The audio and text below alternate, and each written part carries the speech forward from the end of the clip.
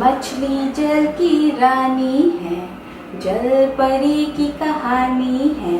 हाथ लगाने से डरती नहीं, छूने से ये भागती नहीं, आती है तो फिर जाती नहीं। नमस्ते प्यारे बच्चों, कैसे हैं आप सब? आशा करती हूँ आप सभी अपने अपने घरों में स्वस्थ होंगे और सुरक्षित होंगे। मैं प्रतिमा मैम आपको आज एक कहानी सुनाने वाली हूँ। कहानी जलपरी की। आपको पता है जलपरी कौन होती है? जलपरी का आधा हिस्सा इंसान की तरह होता है, लड़की की तरह होता है, और आधा हिस्सा मछली की तरह। ये दूर समुंदर गहराई में रहती है। तो चलिए शुरू करते हैं आज की कहानी। एक बार की बात है, दूर समुद्र में बहुत सारी जलपरियां एक साथ रहा करती थी। उनमें से एक छोटी जलपरी को घूमने का बहुत शौक था, पर उनकी जलपरी रानी उनको ये कहकर मना कर देती थी कि अभी तुम बहुत छोटी हो। जलपरी भी अपनी परी रानी की बात सुनकर ऊपर घूमने नहीं जाती थी। समय बीतता गया और छोटी जलपरी बड़ी हो गई। अब जलपरी को कोई नहीं रोक सकता था। तो एक दिन जलपरी समुद्र के ऊपर घूमने निकल गई। घूमते घूमते उसने दूर एक चीज को देखा। उस चीज को देखकर धीरे धीरे उसके पास जाने लगी। जब वो उसके पास गई तब उसने देखा कि वहां पर एक समुद्री जहाज है। उस जहाज पर उसने एक राजकुमार को देखा। अचानक समुद्र में बहुत तेज तूफान आ गया। लहरें ऊपर नीचे होने लगी और लहरों के साथ जहाज कभी इधर तो कभी उधर। तेज हवाओं ने जहाज को अपने लपेटे में ले लिया और जहाज पानी में डूब गया। जलपरी राजकुमार को बचाकर समुद्र के किनारे ले आई।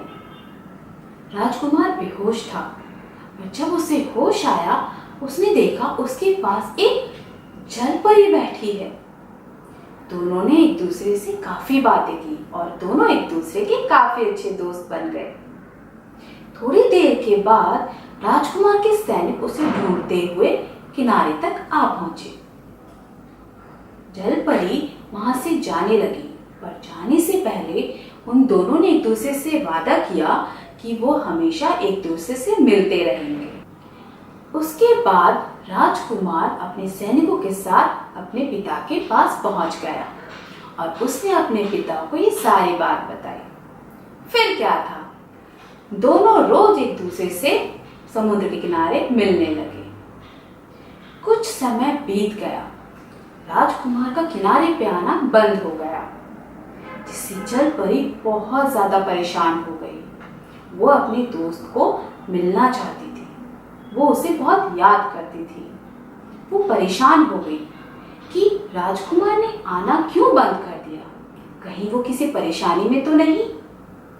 फिर क्या था, जलपरी एक जादूगरनी के पास पहुंच गई। वहां पहुंचकर उसने अपनी सारी बातें उस जादूगरनी को बताई और कहा कि मुझे एक इंसान बना दो। जादूगरनी ने कहा, ठीक है, मैं तुम्हें इंसान तो बना दूंगी, पर मुझे उसके बदले क्या मिलेगा? जलपरी ने बिना सोचे समझे उसे हर एक को चीज देने का वादा कर दिया जो वो मांगती।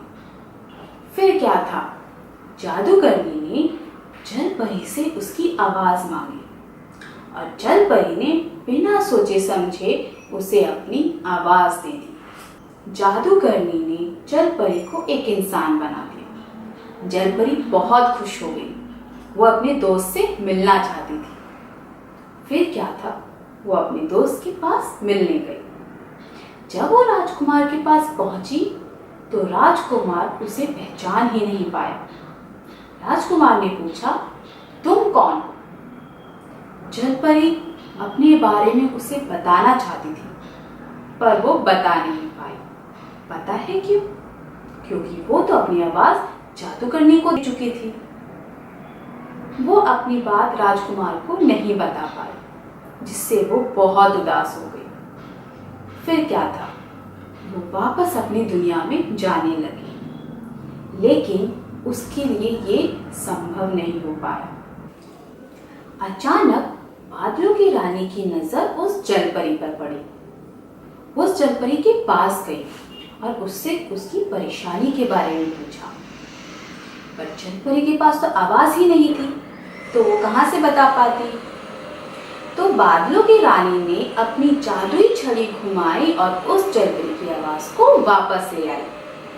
उसके बाद जलपरी ने अपनी सारी परेशानी उस बादलों की रानी को बताई।